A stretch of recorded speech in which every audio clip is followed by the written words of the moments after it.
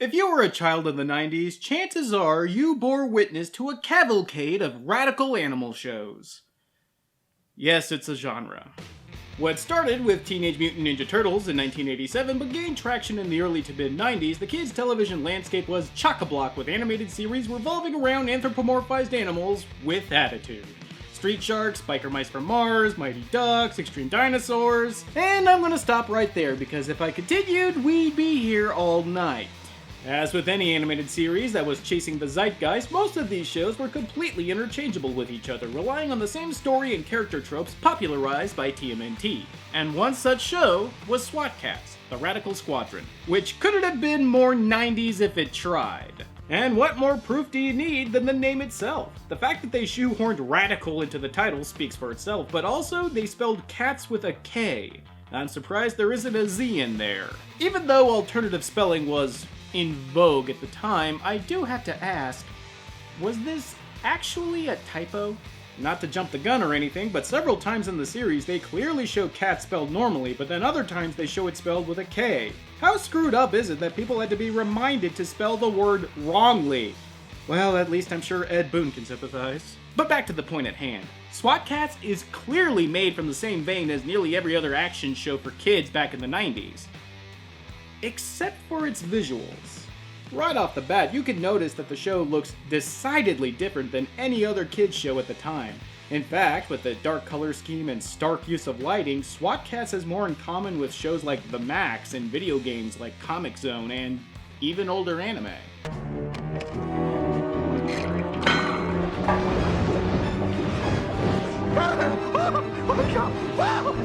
This is Little Max! Help! I know what you're all thinking. The internet has ruined us. This departure from the standard operating procedure was produced by Hanna-Barbera. Yes, that Hanna-Barbera. Yo, yogi, yo! From Jellystone Park to Jellystone Mall. Yo, yogi, yo! Yogi's having a ball. That one too. During a time where the company began shifting away from traditional Saturday morning cartoons and focused towards action-oriented cartoons. Your Pirates of Darkwater, your Real Adventures of Johnny Quest, and SWAT Cats, created by brothers Christian and Yvonne Tremblay, and premiering in 1993 on TBS. While the Tremblays never stated that their art style was inspired by anime or not, it definitely feels like it was, especially if you consider their other major work. This cosmic event releases supernatural forces unleashing a new kind of hero, the lunatics.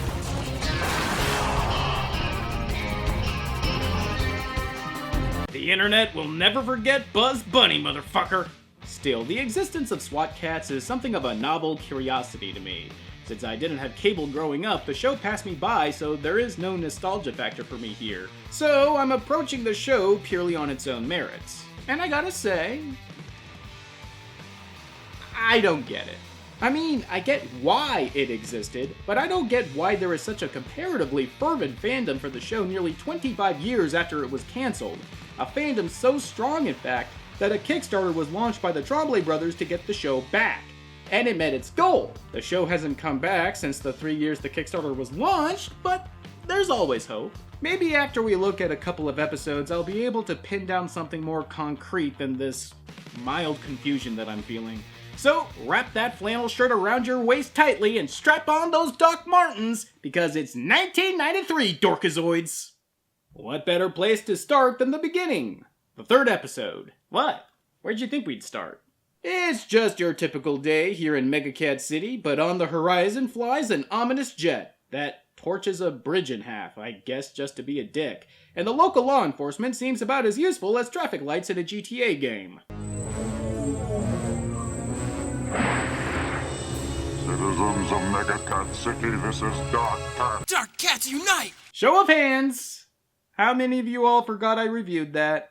Seems McCavity here wants in on the city's nuclear reactor, but backup arrives in the form of, oh, wow, ha! Hello, Deputy Mayor Callie Briggs. And you wonder why there are so many furries born in the 80s. Back off, Steele. Let Deputy Mayor Briggs through. You must forgive Lieutenant Steele, Miss Briggs. He's green and a little too ambitious. Steiny, get me a Danish! Holy crap, this guy. This is Commander Farrell, and he is just wonderfully over the top. He's this jealous, sneering butthead that for some reason has an overly stentorian, authoritative voice like he was the Crimson Chin if he was on old-time radio! And that's because he's voiced by Gary Owens. Freaking Space Ghost! Not coast-to-coast Space Ghost, but like the actual Space Ghost. And because of this, he is the center of some choice lines and delivery. I give the orders around here. Farrell, Dr. Sinian knows what she's talking about. She's the curator of the museum. All right. Throw a net over that guy. If they'd held Morbulus until we arrived, he'd be in custody right now. It's like Gary is trying to play him like he was Captain Quark, who is just Captain Blasto, who is just Phil Hartman.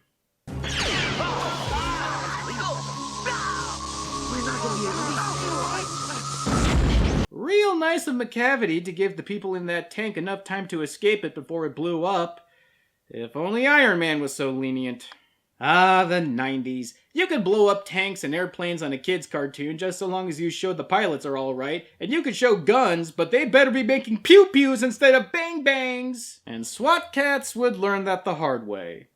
But we'll get to that. In the meantime, this looks like a job for the SWAT cats, T-Bone and Razor, just as soon as they're done with their pepper eating contest. I will bet you anything that that is how they spend their Saturday nights too. Why else would they have embroidered pepper bibs? It's Callie.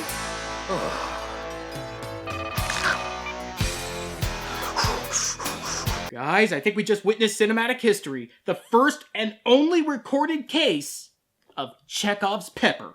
Calico, no really, that's her real name, I'm not trying to be cute, informs the boys that McCavity is about to make off with some nuclear material and scramble their jet to intercept him. Good morning, Dark Cat. This is your wake-up call.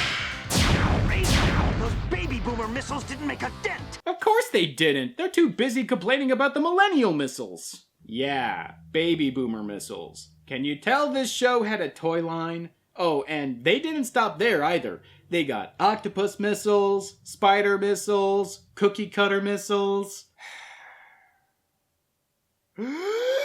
megavolt missiles, scrambler missiles, match head missiles, groundhog missiles, drill bit missiles. At this point, just go ahead and give them shark repellent missiles. But before the SWAT cats can unload, McCavity creates a distraction by shooting a news chopper down and frying the SWAT cats' jet, forcing them to flee, which only leads to Commander Hartman attempting to sneak on board McCavity's ship, and he immediately gets caught. Not only are we going after Dark Cat, but we also have to save Farrell's tail. You remember what he did to us that day? Remember, how could I ever forget? Actually, yeah, how could he forget?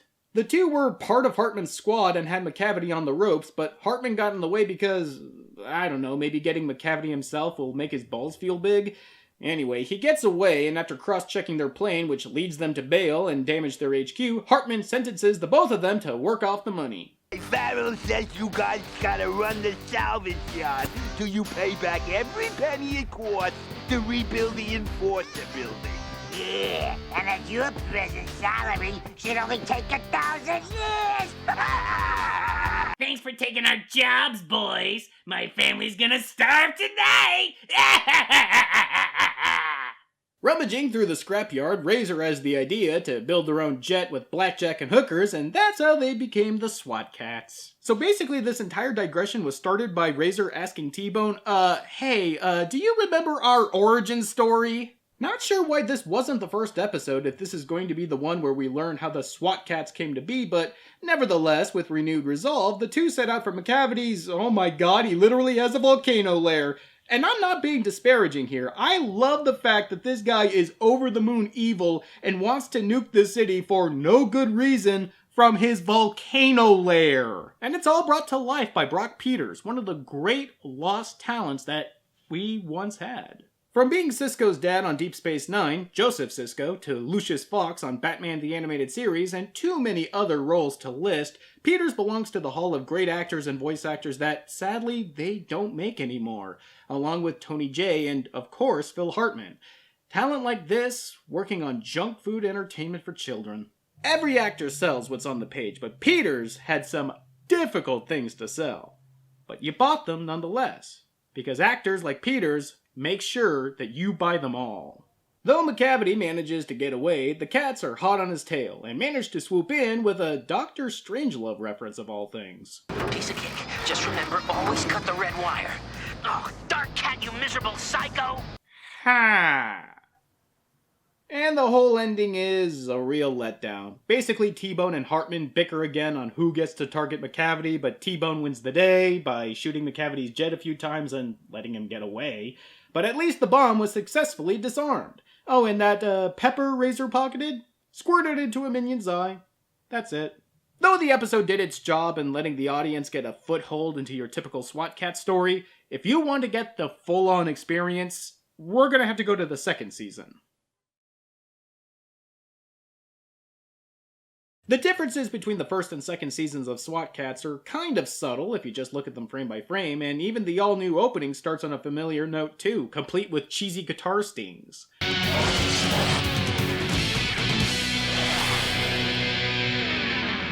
But the familiar ground is soon lost in the very first episode of the second season, Mutation City, as it seems that the ooze from The Secret of the Ooze has crept into Mega Cat City thanks to another villain, Dr. Viper. All the villains in SWAT Cats are pretty much the same with characteristics and motivations in mind. The only thing that really changes is how they ruin everyone's day and the voice actors behind them. Dr. Viper is voiced by Frank Welker, and he uses chemicals to mutate anyone and anything. That's all you really need to know. If only this random homeless guy knew that.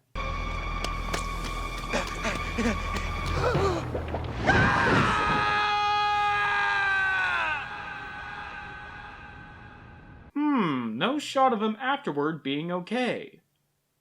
I think what we got here is an implied death. Yeah, the second season is noticeably darker than the first season, both tonally and visually speaking. The characters themselves look, for the most part, the same, maybe a bit pointier and flatter in some instances, but the backgrounds and the general setting took a massive shift towards the black, and the show became unconcerned with letting kids know that the people piloting the exploding ships were alright. Probably because they weren't. Hence why we got that lovely scene at the top of this review where the idiot mayor of Mega Cat City gets cornered by tentacles. This is Mayor Banks! Help! Yep, that is Jim Cummings putting on this weird affectation that is equal parts W.C. Fields and, well, Jim Cummings. I don't know what it is with our pal Jim, but for some reason or another, he was asked to do quite a lot of work for the show, from one-off villains to named characters, which means we get to see him talking to himself like a lunatic. Well, Doctor, can it be stopped? Well, perhaps. With the proper anti-mutagen chemicals, I'll need large quantities of these anti-mutagens. And there's only one place in the city that has them.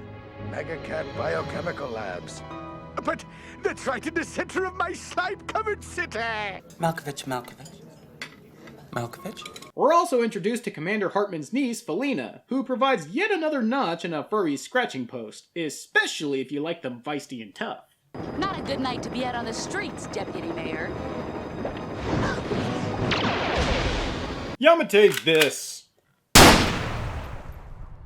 Seeing as how, once again, the enforcers are just plain useless, the SWAT Cats initiate their transformation sequence and set out on their glorious fetch quest for the anti-mutagens. And since the city is submerged in what I hope is orange tang, it gives them the perfect opportunity to try out their rocket-ejected sea deuce. Ah, glorious. Next stop, Mega Cat Biochemical. Razor, look out! What the? How the hell did he jump that? He just kind of nopes his way over that monster. And you gotta love the fact that they put in that jet booster sound effect to try and hand wave it away. I would have an easier time buying it if they used this sound effect. Sadly, T-Bone didn't grab a mushroom and nearly drowns after he crashes his Sea-Doo. A quick rescue later sees the both of them managing to get inside the facility, but one nasty bite on the shoulder later and T-Bone looks like he caught the T-Virus. But, you know, no big. We've got big problems. It's Dr. Viper. He's huge, and he's heading this way. Razor, T-Bone, you've got to do something. And now Dr. Viper has turned himself into a kaiju. Because why the fuck not? And he's immediately taken out with a well-placed missile to a well-held cluster of anti-mutagen that miraculously spreads out and turns everything and everyone back to normal. Oh, and there's also a weird sorta side plot where T-Bone reveals he never learned how to swim. It's basically a weak setup so that T-Bone can save a drowning Razor. But there's no ramping up to it, he just saves him without knowing where he is or that he even needed saving since, you know, he was kind of tied up at the time Razor was drowning. Then again, if they're not gonna care, why should I? There's one last episode I want to talk about, and it's not necessarily the best episode, but it is my favorite episode. Because it is amazingly dumb. Episode 17, Razor's Edge. It begins with some cat burglars. I feel nothing but shame. Breaking and entering into the superconductor repository? Like, it doesn't look like a factory. In fact, the inside just kind of looks like a storage facility. I guess you have to keep your superconductive materials somewhere. And it seems they're hunching for McCavity, who has yet another plan to destroy the city from his Rastafarian ship. The cats tried to take him down, of course, but he shakes a few octopus missiles and vanishes, leaving only collateral damage at the hands of Razor. There you have it, viewers. Our Cat's Eye News exclusive report. Again, 2 innocent civilians have been seriously injured. Apparently the result of the misguided missiles from the SWAT cat's jet. Civilian casualties and the moral gray area of vigilanteism. Okay, show? You do realize that you're SWAT cats, right? The cartoon with an undead cat time wizard that acts and sounds like Danny DeVito from Always Sunny in Philadelphia? Must get my watch. No! And the show that insists on spelling cat with a K, even if the word itself isn't cat? Enforcer patrols report a break-in at Catalytic Laboratories. Yeah, you're that show. Are you seriously going to go through with this? I need to be alone to do some thinking. Hey, suppose that spidery creep shows up again. You'll handle it better without me. I'm just putting you and innocent civilians in danger. Razor, wait! Huh. Now, I only have one question to ask. How in the world are they going to fuck this up? Immediately, it seems, because after the split, T-Bone visits the wreckage and finds out, gasp, octopus missiles can't melt steel beams. Then you don't believe our missiles brought this place down either. Let's just say I'm skeptical, especially since I found this. High explosive detonators? Placed at strategic support points throughout the ground floor. This building was rigged to blow! Exactly. Oh, God damn it. I have never experienced so much joy from so much stupidity in my entire life. That's right, McCavity's plan was to demoralize the SWAT cats by framing them for collateral damage, by banking on them hitting this one shack, and then detonating explosives to complete the frame job. Also, he can raise Mega Cat City to the ground and rebuild Dark Cat City where evil reigns using a gigantic mechanical spider. But then all of a sudden, like a giant fucking spider shows up. First of all, Dark Cat City is just about the worst crossover I can imagine. And secondly, what about the victims of the explosion? I still can't risk it. Just as well. You'd never stop Dark Cat. Dark Cat? Who said anything about Dark Cat? The newscaster did. I don't think so. Oh my God, they're crisis actors! How does this even make any sense? They're bandaged up and in the hospital. Does that mean the doctors and nurses are in on the take too? Or did they just apply it themselves and they're hoping no one will notice? And of course, this leads to an all-out brawl in the hospital, including the CAT scan room. Fuck you very much. Is there a doctor in the house? Book him.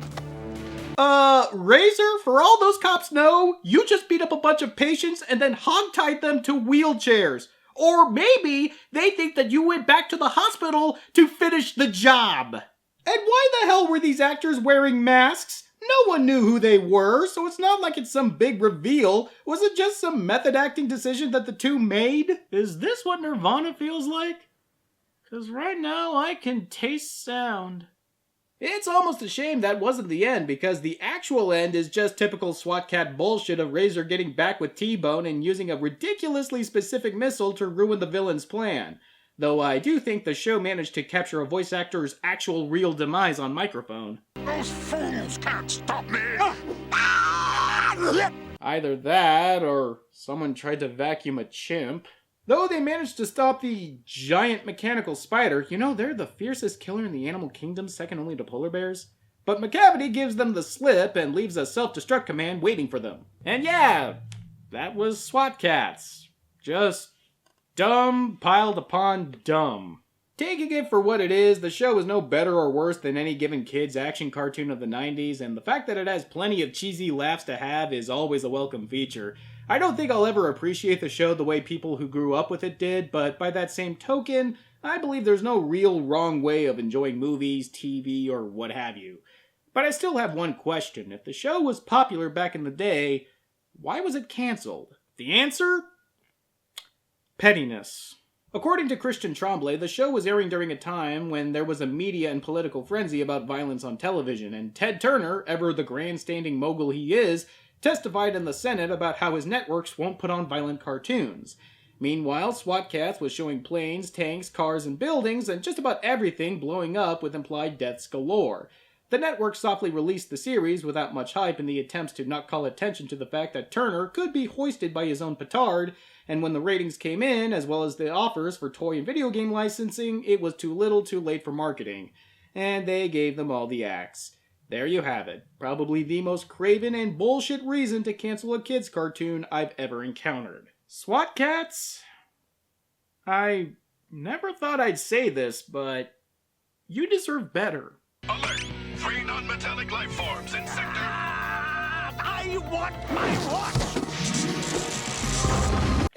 I still stand by it. You know, talking about other people's nostalgia is fine and everything, but you should always talk about what you know. So to close out Not Quite Anime Month, it's time to dish out the candy. Till next time.